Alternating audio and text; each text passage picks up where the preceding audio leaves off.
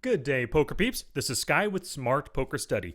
The video that you're about to see was originally released to my Patreon supporters back in 2018. Because I don't do Patreon anymore, this video was just sitting there in my YouTube channel collection, just gathering dust, no views on it, right? So I figured I would re-release it to my YouTube audience. So thank you very much for subscribing, dinging that bell for notifications, and for a thumbs up on this video if you enjoy it. Alrighty, so today's video is in relation to an MED Monday episode that I released a little while ago, and it was on making sure to get value on the river, and it was from an article by Alex Fitzgerald. Now, in that article, Alex had mentioned if you ever get to showdown, or I'm sorry, if you ever get to the river and you check behind with the best hand, you should be ashamed of yourself. That wasn't verbatim. He said something along those lines, but you should be ashamed of yourself because you did not get value when the value was there. There are times, though, when your opponent has absolutely nothing, they have a busted draw, and they're going to fold no matter what. I mean, even then, you probably should have bet at least one or two big blinds, make him look you up, But quite often, we get to the river with top pair, weak kicker, two pair on an ugly board, and then we just check behind because we're kind of afraid that our opponent is just trying to lay a trap for us by checking, and then they're going to pounce over the top of our bet with a raise, But that doesn't always happen. So when Alex said that we need to really be ashamed when we do not value bet those rivers, especially when we're in position at the end, when we just check behind, that gave me the idea for this video right here to show you how you can search through your own database for river spots where you checked behind when you very well should have bet. So as you can see, we've got my current month going on, 4,500 hands to look at. Positive 4.44 big blinds per 100 hands. It was really good up until yesterday. I had a negative $36 day after losing set over set, pocket nines versus pocket aces. But anyway, that doesn't matter. I am positive this month. Things are looking good, but I bet you I could be having at least a slightly better month. I could probably be up $52, $54, $56, $65 even if I would be betting more rivers for value. So let's take a look. A very simple filter, and then once you create this filter in PokerTracker 4 for yourself, make sure you save it so you can refer back to it at any time. You can even do it session by session to see if there's any good river value spots you missed on your prior session. So let's go to more filters right here. Very first thing on the river, we just want to basically see saw river, right? Add that to the filter. So what I like to do when I'm building filters is I like to see how things kind of develop as I'm building it, right? 4,600 hands. How many times did I see the river? Okay, 348 times, not too often, but when I'm seeing the river, I'm nice and profitable. I really like that. We'll go back to my filters right here. Let's add a filter for position. On the river, we are in position because remember, we want to see times when we had the best hand and we checked back. So, saw the river, in position. What was it? 348. First was 5,600 hands, 5,700 hands. So, 348. And then now, a little less than half the time we're seeing the river in position, which is good. Still a nice, lovely win rate. Now then, here's the thing. We want to see, very simple, when we won the river, how many times we just basically won while we're in position right here. So, saw the river, in position, won the hand. Oh, whoops. 168 hands, positive 157. Nice, 73 hands now. So a little bit less than half where we won the hand on the river. And of course, because we won, it's all positive. There's no negative, no negative numbers here at all. Now, the final test. We want to see where we saw the river, in position, player won the hand, and of course, we made the ultimate sin by checking the river when in position. So, 73 hands. Let's see how many. I mean, hopefully if you're doing things right, you only have like 0 here. But guaranteed, out of these 73, I bet you I have, I don't know, 10 or between 10 and 15 where I checked behind the winning hand on the river. So all the filters are right there. Oh, before we do this, go to quick filter. Let's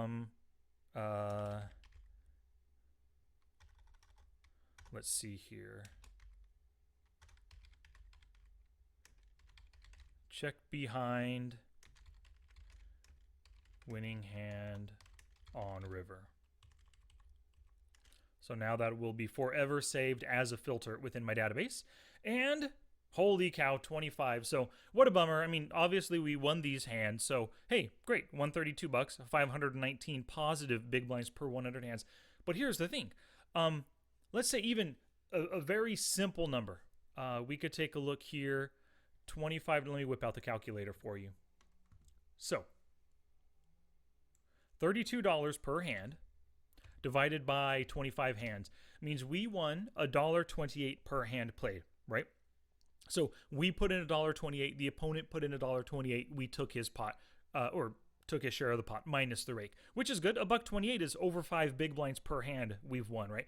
Now, what if I was able to just add one extra big blind by getting in a few more river value bets here and there? I mean, we'll just say one. We can even do the math for two, right? So if it was 25 hands times, let's do 2, times 2 big blinds is 50 big blinds we could win, times 0.25, which is 25 cents per big blind, because I'm only playing 25 NL right now. That's $12.50 I could have added to the bottom line, plus the $32.44, which was my profit, was bam. If on every single one of these rivers I had the winning hand, if I would have just bet 2 big blinds, and most of the time, maybe not on a hand like this with ace deuce, but when I won with a king 8 and was $1.78 I won, I guarantee he would have been willing to call 50 cents.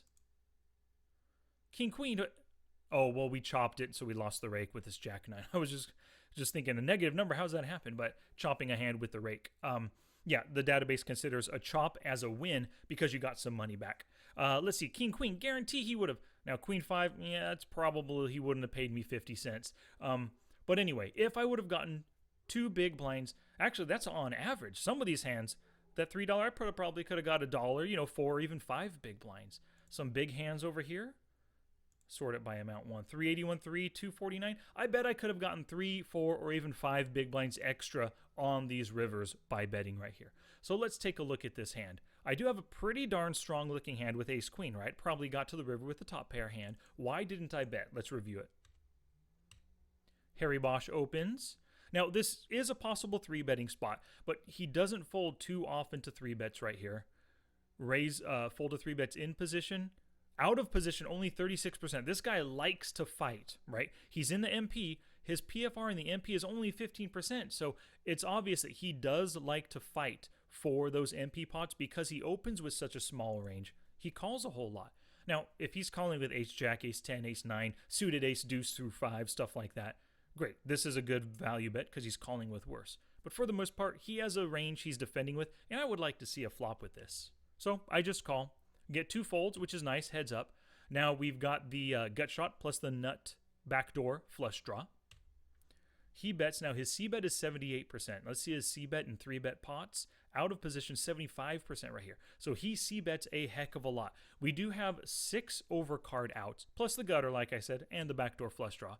We just call. Now this is a pretty decent spot to raise as a bluff. But take a look. He C bets 78%. It drops to 29%. This guy is super turn honest, incredibly turn honest.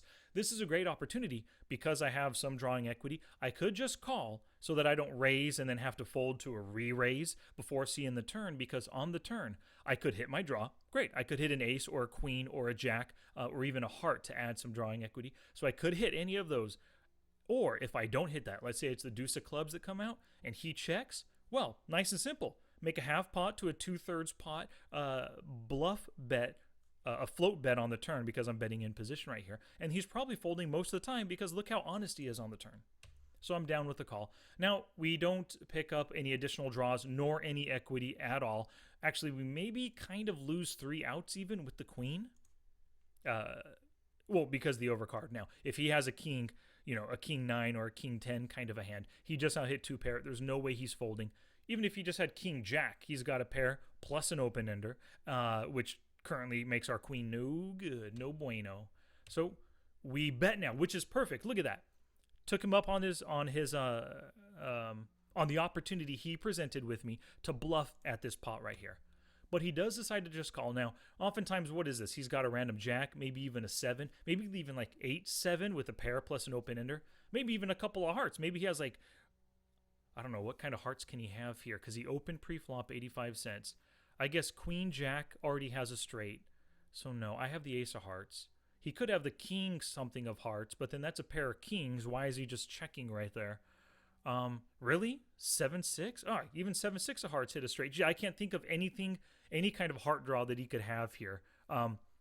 That doesn't have more than a heart draw. Every one of his possible heart draws also paired the board or made a straight or something. So he doesn't have a heart draw. I think he has a jack or a 7 right here. And another 8 comes, and then he just checks. And of course, we have nothing at all. If we had a top pair hand here, I would really like a bet. I'm kind of glad in reviewing this hand I didn't take a look at these hands ahead of time. I'm kind of glad that this was not a bad check behind right here. I could have bet as a bluff to try to get him to fold a 10 or a 9. That's possible. But look at that. I have the best non-made hand. I have ace and a queen for the nut no pair hand right here. He's probably got some kind of a... Oh, wow. I was wrong. He has 4-5. He does have a flush draw in his range. So he's capable of raising pre-flop with as low as 4-5. That's actually kind of interesting to note right here. MP open pot size bet, because remember it was 85 cents with 5-4 suited. That's good to know. So that's one of those hands. I mean, maybe he's feeling frisky because he's got such a big stack. Started at 25 bucks. He's built it up a bit. Maybe he's feeling happy right there. And he's kind of like on winner's tilt and opening a lot more hands right there. Good. So we take that down. That's an understandable spot to not bet right there. But at the same time, well, he wouldn't have called guaranteed. But what if he did have like an ace jack in this instance? It's possible an ace jack could have called. If I could have put him on such a weak yet strong enough hand to call 50 cents, to call 75, to call a full dollar, then I could have made that bet. So it's possible I missed out on some value here. But you know, I'm really thinking I had a slight bit of showdown value, and I think that was better off. I didn't have any strong hand value. So let's take a look at another one. Pocket nines is a guaranteed pair. Actually, let's look at king queen suited. This one seems like if I'm winning on this river, I probably have a king or a queen, is my guess. I like the $1 ISO. We get one caller. Oh, limp fold right there. Good to know. Great. We've got a pair. Backdoor flush, 2 diamonds. Not the best board for us, but it's not bad at all. I should be value betting this puppy, which I do, 142. Now, you can see he folds a decent amount. He's pretty loose passive in general. He's honest when it comes to c-betting. Kind of a little bit, a tiny bit foldy, not super foldy. But I do like this bet. If he has a couple of diamonds, he's coming along. A weaker queen, he's coming along. This kind of a passive player, possibly even coming along with a deuce or a 6 right there, just for one street. 142 he calls great. 519 in the pot. Uh-oh, terrible card for us. Adds 0 equity. Only hits his range. I mean, if he called us with a 4-5, like that other player had pre-flop opening with a 4-5, if he called, he just hit his straight. All the flush draws just completed. All of the ace of diamonds, king of diamonds that he could have had, even jack of diamonds now picked up a flush draw. He checks. Now, excuse me, in this instance, I would have really liked one more barrel of a value bet right here. Because all of those random diamonds in his hand did pick up a draw, we're currently ahead of him. He is so loose passive. If we bet right here and he check raises, we could probably safely fold, assuming that he does have a flush or even a set that he's now trying to get some value out of us with. Oh man, a 4th diamond. I do not like it at all. Let's see here. So if we go back to this flop, he called us. He can have an easily beaten queen. We got the king queen. Queen 10 is in his range right here. But also all the weaker queens, queen 8, queen 9, queen 7, queen 5 suited, queen 3 suited even, like queen 3 of clubs or something, can easily be calling at this on this board. Well, queen 3 just now hit 2 pair, so ignore that. Queen 4, queen 5. Now on this 10, if we think about it, if he was willing to call on the flop with the queen and then he checks to us, I think this is a value bet spot, even just 4 or 5 big blinds. And the reason why is because, sure, if he's got a baby flush, if he just has a random 4 or 5 or 7 of diamonds, yeah, he's probably just calling. He's probably not going to check raise us here. If he did have the ace, the king, or the jack of diamonds, maybe the jack is planning a check call, but the ace or king is definitely planning on betting right here. Now, he could have hit us 2 pair on the river, but here's the thing. 2 pair on this board, he's just check calling. So if we throw out the 5 big blinds as a river value bet, he's either calling or folding. Like, I don't think there's anything in his range that he's raising here, unless he's the kind of guy that totally just slow plays until the river with the nut flush. and then even check raises instead of trying to go for value. It's so easy. If we don't have a value, it's so easy to check behind.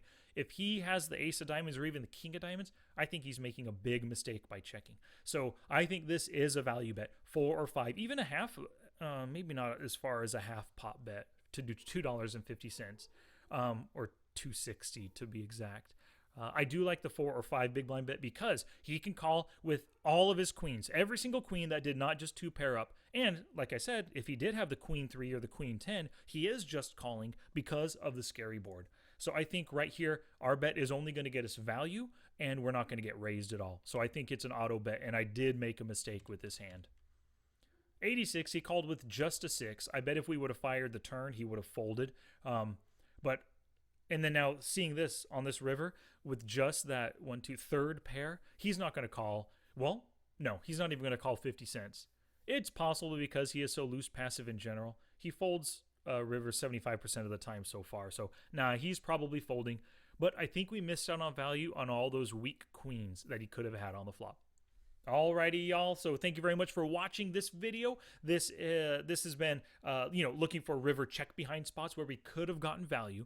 Look through 2 hands. The first one, very iffy. It's very, very thin value if we would have bet there. But on this hand, definitely missed out on value. So make sure that you save this filter for yourself. I'll show you once again what that is. Saw river in position. We won the hand and we checked the river.